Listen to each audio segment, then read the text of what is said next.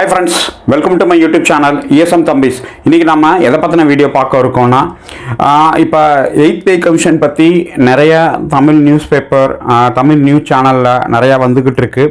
இதை பற்றின நம்மளோட சப்ஸ்கிரைபராக இருக்கட்டும், நம்மளோட வெல்விஷராக இருக்கட்டும், நம்ம குரூப்பில் இருக்கவங்க நிறைய டவுட்ஸ் கேட்குறாங்க. அது என்ன ஏது இப்போ என்ன நடந்துக்கிட்டு இருக்கு அப்படிங்கிறத ஜஸ்ட் ஒரு இன்ஃபர்மேஷன் மட்டும்தான் 8th Pay Commission பற்றி. வாங்க வீடியோக்குள்ளே போகலாம். வீடியோ பிடிச்சிருந்தா லைக் பண்ணுங்கள், ஷேர் பண்ணுங்கள். முடிஞ்ச அளவுக்கு உங்களோட கமெண்ட்டை நீங்கள் கண்டிப்பாக தெரிவிங்க. உங்களோட கமெண்ட் ரொம்ப முக்கியம். Thank you very much.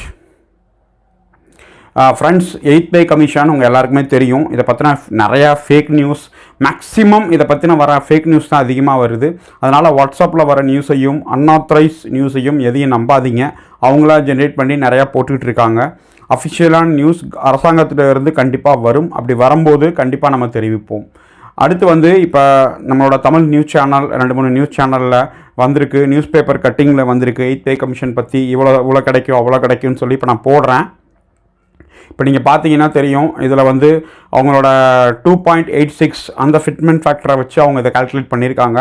9,000 ரூபாய் மினிமம் பென்ஷனாக இருந்ததை எடுத்து அவங்க 2.86 மல்டிப்ளை பண்ணி எவ்வளோ கொடுத்துருக்காங்க அப்படின்னு சொல்லி நீங்கள் பார்க்கலாம்.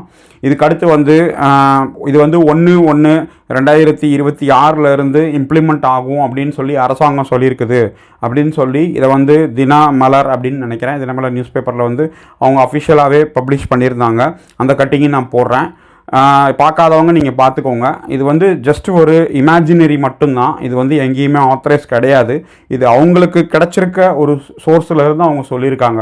எப்படி நம்ம யூடியூப் சேனல் நிறையா யூடியூப் சேனல் பொய்யான தகவலை பரப்புகிறாங்களோ, ஃபிட்மெண்ட் ஃபேக்டரி இவ்வளோ இருக்கும் அவ்வளோ இருக்கும் அப்படின்னு சொல்லி, அப்படி தான் ஒன்று. இது எதுவுமே அரசாங்கத்திட்ட இருந்து வரல. அவங்க சொல்லியிருக்கிறது 2.86 வரதுக்கு வாய்ப்பு இருக்குது அப்படின்னு சொல்லியே தவிர அதுதான் வரப்போகுதுங்கிறது கன்ஃபார்மாக சொல்லலை.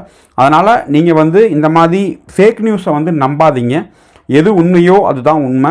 நிறைய ஃபேக் நியூஸ் வந்துக்கிட்டு இருக்குது. ஃபிட்மெண்ட் ஃபேக்டரி இது அது 1.96 1.92 1.86 இல்லை பழையதே கிடைக்கும் 2.57, இப்போ இதில் 2.86 இந்த மாதிரி நிறையா சொல்லிக்கிட்டு இருக்காங்க.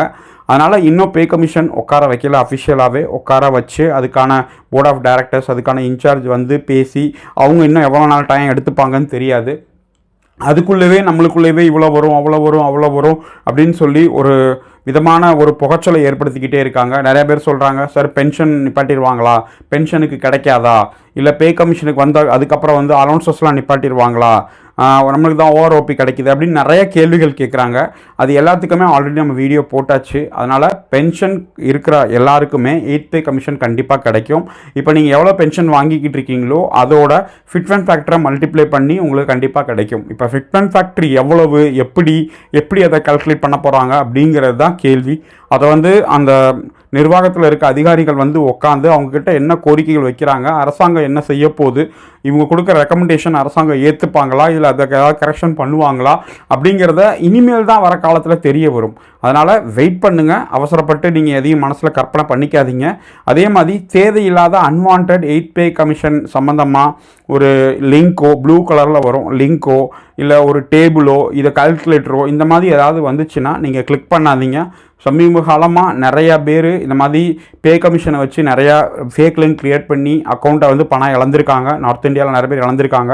இப்போ ஒரு சமீபத்தினமாக ஒரு ராயல் சேலஞ்சர்ஸ் ஐபிஎல்லில் பெங்களூர் ஜெயிச்சதுக்கு அந்த கப்பு வின் பண்ணதுக்காக ஜியோ கம்பெனிலேருந்து ரீசார்ஜ் தரோம் 3 மாதத்துக்கு ஃப்ரீயாக, இதை கிளிக் பண்ணி நீங்கள் அப்ளை பண்ணுங்கள் அப்படின்னு சொல்லி ஆக்சுவலாகவே அது கொடுக்குற மாதிரியே பண்ணி உங்களோட மொபைலை ஃபுல்லாக ஹேக் பண்ணிடுவாங்க, வாட்ஸ்அப் ஃபுல்லாக ஹேக் பண்ணிடுவாங்க.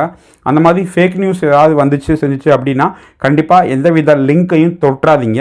ஏபிகே ஃபைல் அதே மாதிரி உங்களோட வாட்ஸ்அப்பில் Jai Jawan, Jai Kisan, PM care, PM Kisan இந்த மாதிரி பேர்லேயோ இல்லை ஒரு ஃப்ரீ ஆஃபர் ஷேர் பண்ணுறதுல பேர்லேயோ எந்தவித ஏபிகே ஃபைல் அப்படின்னு சொல்லியிருப்பாங்க.